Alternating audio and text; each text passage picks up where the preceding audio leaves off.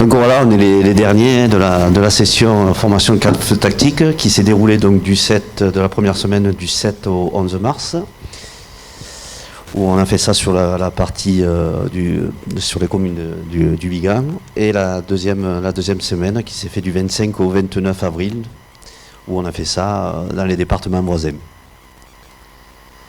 Voilà, une session de 8 stagiaires de différents départements, comme on peut le voir. Hein. Donc ça permet aussi, nous, de partager le savoir de chacun, mais aussi de convivialité. Voilà ce qu'on a pu vivre et aussi prendre en compte durant toute cette formation. Hein. Donc la mise en œuvre opérationnelle, hein, les enjeux, répondre aux attentes du COS, aux objectifs, bien sûr, exposition de l'idée de manœuvre au COS et gagner la confiance du COS. Travailler en tutorat sur les premiers chantiers quand c'est possible, hein, ça c'est sûr que c'est l'idéal, et on va voir par rapport à ce qu'on a fait, que ce soit le collègue et moi, dans les différentes missions, que ça n'a pas été forcément tout le cas. Travailler le réseau lors de chantier en renfort extra-départemental. Voilà, les connaissances de chacun, c'est toujours intéressant. Je vais laisser la parole un peu aux collègues. Merci. Sébastien Meunier, du SDIS des Landes, chef du CSP de Mont-de-Marsan. Voilà, donc pour la présentation. Un des enjeux pour nous, un aspect qui n'a pas été vu dans la formation, par contre, pour le coup, en retour d'expérience pour nous aussi, c'est cette opération des feux qu'on peut dire complexe, ou méga feux maintenant, si on prend le terme du GDO aussi. L'engagement, donc on a vu beaucoup dans la formation, l'engagement en cadre feu tactique seul. Donc comment moi, cadre feu tactique, je vais aller présenter les manœuvres au COS. Et quand on a pu voir sur la Gironde, plusieurs équipes de feu tactique, plusieurs groupes de feu tactique, et du coup, comment s'intégrer dans un dispositif d'envergure comme ça, et toute la plus-value d'avoir un officier de liaison qui lui est au plus proche du COS. Alors est-ce qu'il faut l'appeler le conseiller technique du COS, qu'est-ce qu'il faut l'appeler le chef du groupe du cadre feu tactique, je ne sais pas vraiment. Ça c'est peut-être encore à définir à l'avenir, mais intéressant aussi de pouvoir s'impliquer dans ces équipes départementales, et aussi de pouvoir travailler avec tous les cadres feu tactiques que l'on peut avoir autour de nous, pour justement être acteur dans un territoire qui est le nôtre ou pas. Et du coup c'est là où c'est intéressant de partager entre nous là-dessus. On n'oublie pas, quand on parle de extra-départementaux, les cadres feu tactiques pompiers, on arrive aussi dans des territoires où il y a des cadres feu tactiques qui ne sont pas pompiers. Donc c'est aussi dans le sud-ouest, on a les cadres feu tactiques de la DFCI, et tout l'enjeu de les intégrer aussi dans nos manœuvres avec nous. On travaille ensemble sur la cellule brûlage dirigé sud-ouest tout l'hiver, tout le printemps, tout l'automne, mais aussi en saison de lutte. Et peut-être aussi travailler tout le cadre juridique et d'intégration de ces cadres feu tactiques dans nos cellules feu tactiques dans la lutte auprès des COS.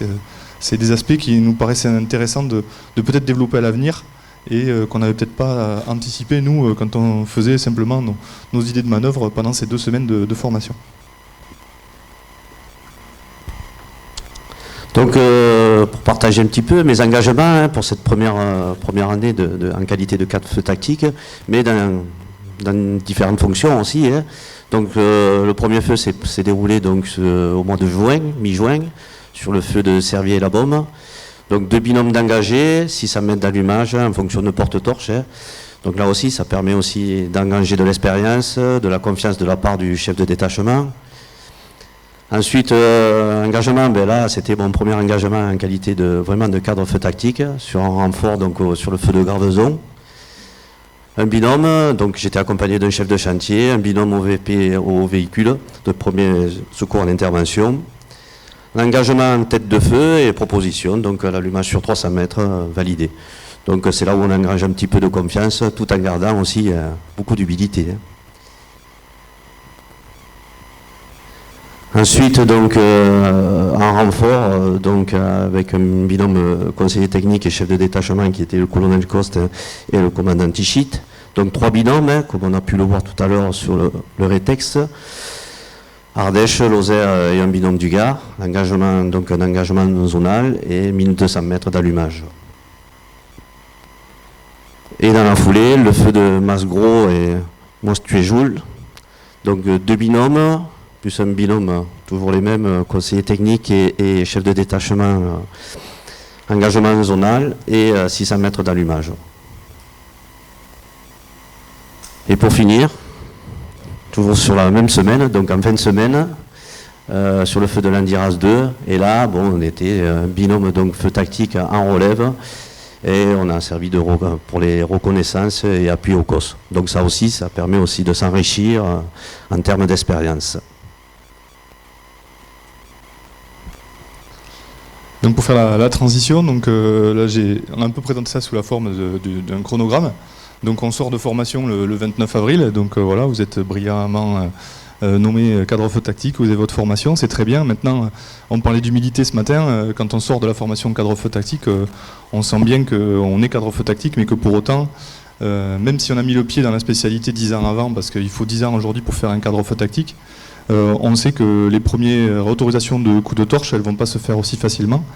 Et tout l'intérêt d'avoir avec nous une équipe de cadres feu tactique et de ne pas être lâché dans la nature au sein de nos différents départements. En tout cas, moi, ça a été le cas sur la cellule sud-ouest, de pouvoir m'appuyer sur les différents cadres des différents départements qui nous entourent. Donc sortie de formation le 29 juin, le premier feu en tant que cadre feu tactique le 19 juin. Donc là, ce feu-là, il se fait en présence, il y a Patrick Espagna du 47, il y a Eric Taris du 40, Laurent Duru du 40. Donc on lance ça, il y a un groupe, une unité du 47 qui va nous accompagner, qui va nous faire la sécurisation de ce premier chantier qui s'appuie sur une route départementale. L'objectif du COS, on est face à un manque de moyens, début de saison, comme pas mal de rétex, je vois cet après-midi, avec assez peu de moyens. Et l'objectif du COS, c'est de pouvoir réduire l'avant-flanc gauche, parce qu'il s'élargit de plus en plus et qu'on risque de ne pas maîtriser la situation. Donc l'avantage, c'est qu'on voit bien l'action du cadre feu tactique. Donc le feu avait déjà sauté la route départementale, l'objectif l'empêcher qu'il s'élargisse. Et donc l'action qui est menée en double allumage depuis l'angle de la route sur les deux côtés, qui a bien fonctionné avec sécurisation de l'unité du 47. Un peu plus tard, les équipes sont dispatchées sur deux endroits du feu. À un moment donné, donc, on se retrouve isolé pour le coup avec Mathieu, équipier porte-torche, et moi-même sur l'arrière du feu pour sécuriser. Et on a une reprise sur l'arrière du feu où on n'a pas d'unité et où on a l'autorisation du COS de pouvoir faire un contre-feu aussi latéral, donc, pour éviter que l'arrière du feu puisse sauter, donc sur 50 mètres d'allumage. Mais ça me va bien en tant que première action de feu tactique isolé. 50 mètres, c'est quand même déjà une responsabilité, sachant quand même que très vite, on a l'autre cadre feu tactique, Patrick Espagna, qui était avec l'unité, qui nous rejoint pour finir la sécurisation de l'Isière. Donc premier allumage, 150 mètres et environ une centaine de mètres. Très vite après, en fait, on se rend compte que ce feu, on s'inscrit dans le temps. On a un vent d'est qui est annoncé pour la suite du chantier, avec des risques de reprise sur deux poches de feu qui ont dû être évitées par le passage du bulle, avec rectification du coup de l'Isière. Donc là, c'est chantier différent, mais on apprend aussi que voilà, en fonction de la température et de l'humidité, le coup de torche il monte quand même pas mal vite. Et donc même en cadre feu tactique seul, on est content de s'appuyer sur des équipiers qui puissent nous filer la main sur des opérations qui sont quand même délicates, pour éviter les sautes de feu sur ces opérations-là. Donc il y a eu pas mal de rétex déjà, que ce soit la Test ou l'Andiras, donc un engagement aussi en cadre feu tactique sur les feux de Gironde la semaine du 13 au 17 juillet. Un autre contre-feu intéressant qu'on a mené, donc là, en qualité de cadre feu tactique, mais sous la supervision. Je sais que j'avais du monde sous le coude. Il y avait Laurent Rougeau, il y avait Patrick Espagna, il y avait Bruno Capdeville qui m'a tout appris chez les pompiers. Sur le secteur, après, on a l'équipe de la zone sud aussi qui nous a prêté main forte avec Christophe Olive. J'en oublie certainement parce qu'on était équipe solide. J'étais assez confiant, hein, du coup, un peu. Il y avait du monde autour.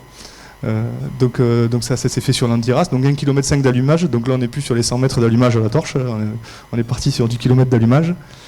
Sur l'Andiras, sur le secteur de Louchat aussi, un contre-feu, avec Hervé en cadre feu tactique, 800 mètres d'allumage, donc toujours à chaque fois, ce qu'on note c'est que même si on sort de formation, après tous les chantiers c'est de l'apprentissage, et sur tous les chantiers, je pense que ça va durer, j'espère, tout le long de la carrière, c'est que sur chaque chantier, quelque taille qu'il puisse être, on a quelque chose à apprendre et il faut qu'on se méfie de tout ce qui puisse nous arriver parce qu'on l'a bien vu cet été que ça va très très vite.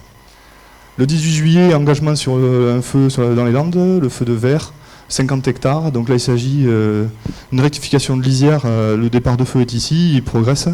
Il y a une cinquantaine de largages qui sont effectués par un cadre-feu tactique. Donc quand on parlait de rétex, engagement aéro, cadre-feu tactique, quand on a un aéro qui est cadre-feu tactique, au moins on s'assure que personne ne vienne nous larguer dessus. C'est quelque chose qui lui vient en tête. Le chef de secteur flanc droit, c'est Didier Taste, qui est aussi cadre-feu tactique d'ailleurs. Donc il y a aussi des chantiers où on se simplifie un peu la vie quand on a du monde autour de nous. Là, c'est quand même 40 degrés, 15% d'humidité aussi. Donc, un coup de galerne qui nous est annoncé pour la fin de journée, avec l'objectif du COS, du coup, avec le peu d'unités ou de moyens qu'on a disponibles, parce qu'il y a toujours l'Andiras qui est actif, de sécuriser les lisières et d'alléger le dispositif au plus vite. Et donc, en faisant les 800 mètres d'allumage depuis l'arrière du feu, on libère beaucoup d'unités, en tout cas, donc c'était assez favorable. Donc là aussi, une action en qualité de cadre-feu tactique. Un feu de sort 16 hectares, donc là on part un soir, accident de véhicule qui s'embrasse dans la forêt. C'est Didier Taste qui est le premier COS, je crois, Didier, ou en tout cas c'était sur flanc gauche. Ouais. Et donc là on fait des recherches d'opportunités, et pour le coup ça fait aussi partie des missions, on ne trouve pas d'opportunité particulière à faire, donc on rentre sans avoir sorti une torche de la voiture, mais en tout cas on a mené des reconnaissances en apportant des éléments au COS sur, comme on disait tout à l'heure, la position réelle du feu par rapport à la CITAC. Donc même si on part toujours un peu frustré en disant on n'a rien fait, mais si quand même on a apporté des éléments au COS, et c'est quand même un officier de terrain qui permet vraiment de faire avancer le COS dans ses objectifs. Le feu de Luxeuil le 7 septembre, donc là Luxeuil pareil, c'est un feu qui a débuté la veille ou l'avant-veille. Donc là on a eu des largages en fait de dash qui ont été faits, sauf qu'on a des risques de reprise pas mal parce qu'il y a toujours des points chauds, et donc on part pour faire une rectification de lisière. Donc là la difficulté de faire des rectifications de lisière sur du retardant, voilà, c'est quand même compliqué, même si c'est 2 jours après. En tout cas on mène une action qui est intéressante et qui a permis de sécuriser la totalité de la lisière sur une zone en plus où il y en avait de la tourbe aussi, donc intéressant de travailler derrière le bulle aussi. Et là aussi, encore, ça a permis de libérer des unités rapidement, parce qu'on se rend compte que finalement, les secteurs les plus propres, une fois qu'on a passé le feu sur le feu, ça reste les secteurs qu'on a traités, quoi. Et on limite le nombre d'engagements. Donc une rectification de 480 mètres. En septembre, de nouveau un feu dans les Landes, le feu de Magès, qui part d'une centrale photovoltaïque. Donc le premier soir, on est engagé en fait sur cette centrale. Donc là, Laurent Duru et Eric Taris, donc on est 3. On se rend compte qu'on n'a pas d'action particulière de feu tactique à mener, mais par contre, le COS souhaite qu'aucun engin de lutte ne rentre dans la partie photovoltaïque et que le feu continue à se propager. Donc on fait de l'action de forestage, vraiment batte à feu sous pompe, pour maîtriser l'incendie à l'intérieur de ces panneaux photovoltaïques sans prise de risque, ce qui a pas mal marché. Et le lendemain, donc un feu qui s'est réactivé par le vent, et donc on part sur une rectification de lisière qui démarre dans un fossé, le long d'un fossé en fait en plein milieu de parcelle, et qui remonte le long de la route départementale, sous les yeux du COS, puisque le PC était exactement ici, donc du coup là on est vraiment sous la surveillance du COS, un visu parfaite de nos actions, donc avec interdiction que ça se passe mal. Voilà. Un petit peu pour une saison, ce qui est intéressant, c'est de parcourir un peu tous les outils qui sont dans la palette du cadre feu tactique qu'on a fait dans la semaine de formation finalement, et donc on se dit une saison qui nous permet de bosser un peu tout, ce qu'on peut faire, ce qu'on peut ne pas faire. C'est intéressant, et le dernier en date, là, intéressant, le 18 septembre. Donc là, c'est Eric Taris, le cadre feu tactique. Moi, je suis simple porte-torche. Et pour le coup, c'est une action de renoncement, parce que même si on est au milieu de la nuit, en fait, on a du 20% d'humidité. Chaque coup de torche monte en cime de pin. On a de vrais risques de saute dans une parcelle qui était vraiment sale. Donc du coup, on renonce à l'idée de manœuvre, on éteint notre feu. Donc c'est aussi intéressant de voir ce genre de renoncement, qui font partie aussi des choses qu'il faut qu'on sache faire en restant humble, en se disant c'est trop gros pour nous ou trop complexe, et au mieux pas la tenter. Ce que je trouve intéressant, c'est qu'il y a des feux au milieu, là, Mano, Mousteil, etc. Je ne les ai pas cités en qualité de cadre feu tactique, parce que j'étais pas cadre feu tactique sur ces feux, mais par contre chef PC, chef secteur, aéro, etc. Et c'est aussi une plus-value d'avoir des cadres feu tactiques, que je l'ai déroulé pendant toute la présentation, même s'ils n'ont pas la fonction de cadre feu tactique, mais qui peuvent nous apporter une vraie plus-value sur les feux, et faciliter du coup les idées de manœuvre, ou la validation des idées de manœuvre des feux tactiques auprès du COS. Voilà un peu pour la saison. Je te laisse clôturer. Moi, je pense qu'il y a beaucoup de choses qui ont été dites, donc vous avez pu constater que quand même elle a été riche en activités. pour une première année. Donc la saison a été particulièrement riche en activités. À travers nos différents engagements dans les départements, nous avons pu constater la similitude de la formation et ce que l'on trouve en opération. De toute évidence, nos actions s'adapteront en fonction des différentes phases des sinistres. Et je finirai par une citation de Galilée. On ne peut rien apprendre aux gens, on peut seulement les aider à découvrir qu'ils possèdent déjà en eux tout ce qui est à apprendre. Merci de votre attention.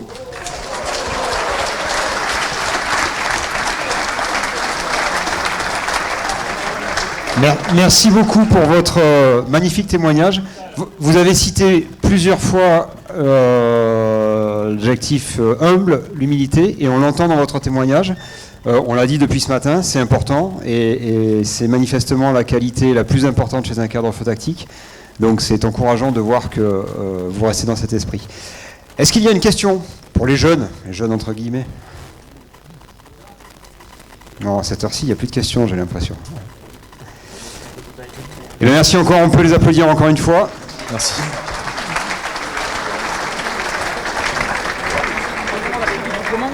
Alors, je crois que